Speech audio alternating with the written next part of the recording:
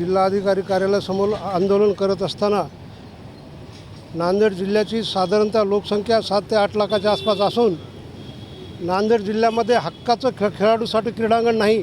या क्रीडांगणासाठी या ठिकाणी आम्ही आमरण उपोषणासाठी बसलेलो आहोत।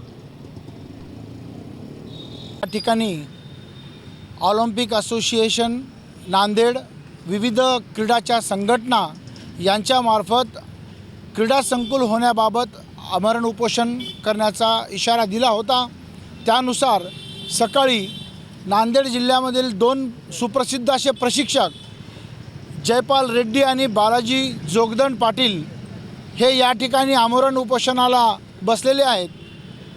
आज आपण पाहतोय नांदेड जिल्हा हा मराठवाड्यातील टॉप मोस्ट 2-3 जिल्ह्यापैकी एक असून नांदेड जिल्ह्यामध्ये क्रीडा क्षेत्रामध्ये अनेक खेळाडू तयार होत आहेत, परंतु त्यांना खेळण्यासाठी सज्ज असं क्रीडा संकुल नाही।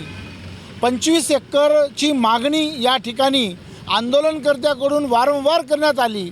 लोकप्रतिनिधीला सांगण्यात आलं, शासनाकडे सांगण्यात आलं, परंतु यामध्ये सत्ताधारी आणि विरोधक दोन्हीकडूनही कुठल्या प्रकारची त्यांच्याकडे या विषयावर दाद-फिर्याद घेण्यात आली नाही।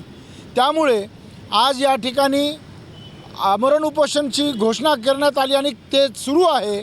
यानंतर जर यावर कोणीही लक्ष दिलं नाही तर हा आमरण उपोषण अतिशय तीव्र करण्यात येण्याचा या ठिकाणी आंदोलनकर्त्यांनी सांगितलेलं आहे।